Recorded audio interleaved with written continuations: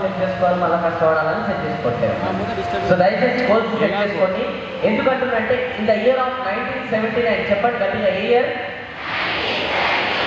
1979లో Harvard యూనివర్సిటీలో ఒక research అనేది జరిగింది అనమాట.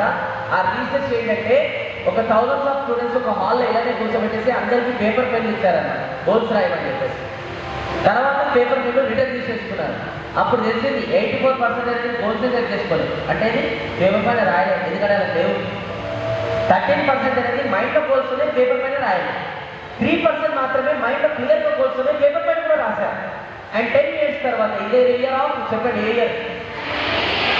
1989లో మళ్ళా ఆ స్టూడెంట్స్ ఆ రోజు ఎవరైతే హాల్లో కూర్చున్నారో వాళ్ళు నిజ జీవితంలో ఏం చేస్తున్నారని ఒక టీం పెట్టి రీసెర్చ్ చేయించారన్నమాట. వాళ్ళు ఏం చేస్తున్నారని అప్పుడు తెలిసింది, ఎవరైతే 84% అనేది గోల్సే పెట్టుకోలేదో వాళ్ళు నిజ జీవితంలో డీసెంట్ ఇన్కమ్ సంపాదిస్తారు. 10-20 వేలు ఆఫీస్ బై క్లర్క్ జాబ్ అనమాట.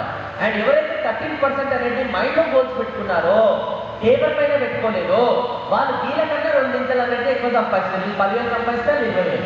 అండ్ ఎవరైతే 3% మైండ్లో గోల్స్ పెట్టుకున్నారో అండ్ అలానే పేపర్ పైన కూడా రాస్తారు, వాళ్ళు ఏం చేస్తున్నారంటే వాళ్ళ కంపెనీ ఓనర్ లైఫ్ పై అండ్ 97%కి ఆ 3% వాళ్ళు అనేది జాబ్ ఇచ్చారన్నమాట. జాబ్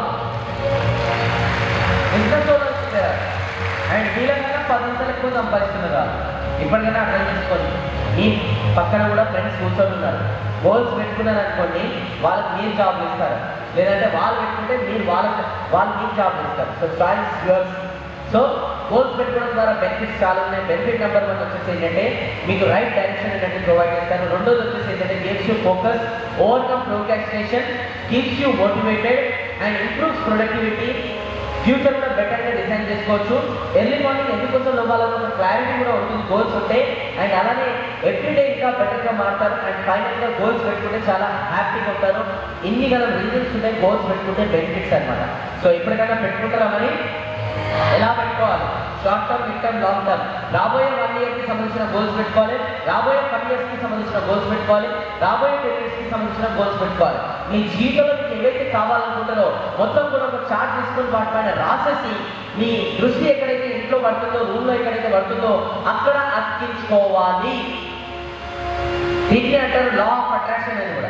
మన జీవితంలో ఏదైతే కావాలో పిక్చర్స్ లాగా కట్ చేసి ఎక్కడైతే వాల్ పైన మనం అతికించుకొని రోజు పొద్దున ఒకసారి రాత్రి ఒకసారి మనం చూస్తే ఆ నేచర్ కూడా ఆ గోల్స్ రియాలిటీలోకి అచీవ్ అయ్యేటట్టు హెల్ప్ చేస్తుంది. ఇప్పటి వరకు నా జీవితంలో నేను ఏదైతే గోల్స్ అనేది రాసి వాల్ పైన పెట్టానో అందులో 90% గోల్స్ అనేది ఆల్రెడీ నేను అచీవ్ చేసేసాను because of law of attraction. అందుకోసం దృష్టిలో పెట్టుకోండి. మీకు ఏవైతే కావాలనుకుంటే మొత్తం కూడా రాసుకొని దాన్ని పిక్చర్స్ రూపంగా కట్ చేసేసి ఎక్కడైతే ఇంట్లో దృష్టి పడుతుందో అక్కడ మొత్తం కూడా పెట్టుకోండి.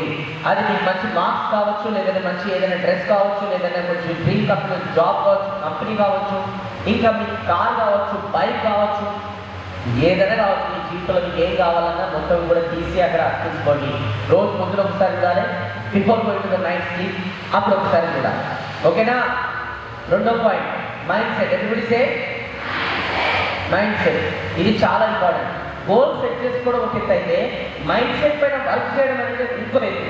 ఇప్పటివరకు భూమి పైన ఎవరైతే సక్సెస్ఫుల్ పీపుల్ ఉన్న ధోని కావచ్చు, విరాట్ కోహ్లీ కావచ్చు, మన నరేంద్ర మోడీ గారు కావచ్చు, వీళ్ళందరూ సక్సెస్ఫుల్ కావడానికి రీజన్ ఒకటే, వాళ్ళ మైండ్ సెట్ పైన వాళ్ళు డైలీ వర్క్ చేస్తుంటారు.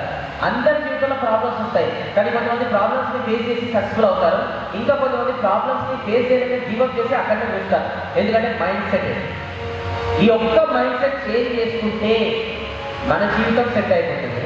మన చుట్టుపక్కల ఉన్న బ్రదర్ సిస్టర్ జీవితాలు సెట్ అయిపోతాయి, పేరెంట్స్ జీవితాలు సెట్ అయిపోతాయి, రిలేటివ్ జీవితాలు, అందరి జీవితాలు సెట్ అయిపోతాయి. మనం ఒక్క మైండ్ సెట్ చేంజ్ చేసుకుంటే.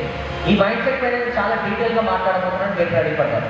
ఫస్ట్ ఒకటి ఉంటుంది ఎక్స్టర్నల్, ఒకటి ఉంటుంది ఇంటర్నల్. ఎక్స్టర్నల్ అంటే ఏంటంటే బయట వాళ్ళ మాటల ప్రభావం మన మైండ్ పైన పడి మన మైండ్ సెట్ పాడైపోతుంది. సో దానికి ఒక రీజన్, ఒక 5 క్రాప్స్ అనేది రోడ్ పైన వెళ్తున్నాయి, సడన్గా గుంతలాంటివి వచ్చింది, అందులో పడిపోయింది.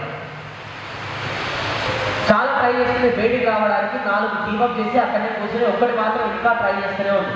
ఆ 4 కలిసి ఎత్తునే అమ్మడే నా వల్ల అయిపోయిందంటే మా వల్ల రాలేదంటే నువ్వు కూర్చోవచ్చు కదనే అన్నాడు. అది ఇంకా ట్రై చేస్తూనే ఉంది. పైన ఇంకా కొన్ని కప్పలు వచ్చి చెప్తున్నాయి, ఆ 4 కప్పలు కూర్చునే కదా నువ్వు ఎందుకు ట్రై చేసుకుని కూర్చో అంటే అది ఇంకా ట్రై చేస్తూనే ఉంది. ఫైనల్గా అది బయటకు వచ్చింది. రీసెర్చ్ చేస్తే తెలిసింది అది చోటిదంట. అదే మనం ఈ బుద్ధలో ఉన్నప్పుడు ఈ 4 కలిసి నాకు ఎంకరేజ్ చేస్తున్నాయి, 5 నుంచి అవి కూడా ఎంకరేజ్ చేస్తున్నాయి అనుకున్నాయి, కానీ అవి ఎంకరేజ్ చేస్తే డిమోటివేట్ చేసినాయి ఎంతనో, కానీ ఆ చోలిపోయాయి కాబట్టి అవి సక్సెస్ సాధించినాయి. అలానే మన జీవితంలో కూడా ఒక పెద్ద గోల్స్ పెట్టుకున్నప్పుడు కొంతమంది మన చుట్టుపక్కల వాళ్ళు నీ వల్ల కాదు, నీకు కాదు, నీ వల్ల కాదు, నీకు కాదంటే మనకు కూడా చెవులు వినిపించకూడదు, అప్పుడే సాధిస్తాం ఎంతనో.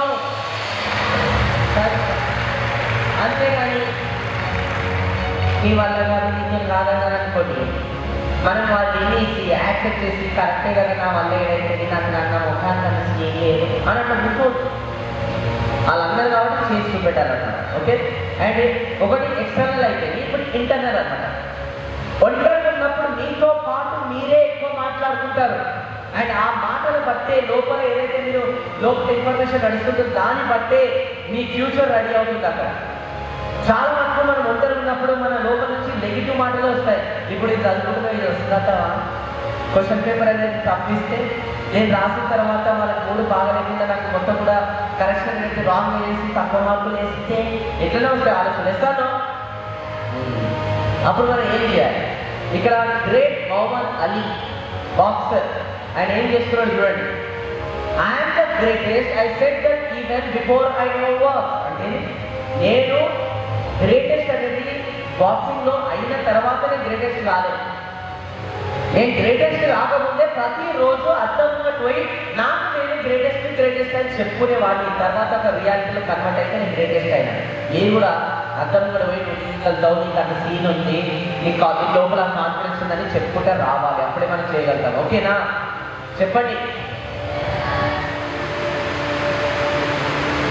ఓకే, సో బిఫోర్ ఈ మైండ్ సెట్ పైన ఇంకా వర్క్ చేయడం కోసం, ఈ మైండ్ సెట్ లైఫ్ లాంగ్ అనేది మనకు చేంజ్ కావడం కోసం ఒక 3-4 స్టోరీస్ కూడా చెప్తాను నేను. ఆ స్టోరీస్ ద్వారా ఇంకా మన మైండ్ సెట్ అనేది చేంజ్ అయితే రాబోయేట. స్టోరీస్ అనేది ఎంతమందికి ఇష్టం? అందరికి ఇష్టం. బయటనే స్టోరీస్ చాలా ఇన్ఫ్లుయెన్స్ చేస్తాయి. నా జీవితంలో కూడా స్టోరీస్ ఎన్నో ఇన్ఫ్లుయెన్స్ చేశారు కాబట్టి ఈరోజు మీ ముందర కనిపిస్తున్నాను. నా జీవితంలో ఎన్నో ప్రాబ్లమ్స్ వచ్చినప్పుడల్లా కొన్ని స్టోరీస్ నాకు గుర్తొచ్చాయి. అప్పుడు ఆ స్టోరీస్ నుంచి మోరల్ నాకు గుర్తొచ్చాయి, అండ్ ఆ ప్రాబ్లమ్ని ఎలా అధిగమించాలనేది ఆ స్టోరీస్ నుంచి మోరల్ తీసుకొని నేను ఇంప్లిమెంట్ చేస్తాను, సక్సెస్ అయ్యాను. సో అలా మీకు కూడా కొన్ని ఇప్పుడు స్టోరీస్ చెప్తాను. రేపు రోజున లైఫ్లో మీరు కూడా ముందరికి వెళ్తుంటే ఫలానా కొన్ని స్టోరీస్ అనేది మిమ్మల్ని ఇన్ఫ్లుయెన్స్ చేసి మిమ్మల్ని మళ్ళీ రైట్ ట్రాక్లో తీసుకొచ్చి గోల్స్ అచీవ్ చేసేటట్టు హెల్ప్ చేస్తాయి. మరి రెడీ ఉన్నారా? బిఫోర్ నేను స్టోరీ స్టార్ట్ చేసే ముందు ఒక చిన్న ఎక్సర్సైజ్ చేసి మనం స్టార్ట్ చేద్దాం. రెడీ? అందరూ కూడా తీసుకోండి, అందరూ కూడా.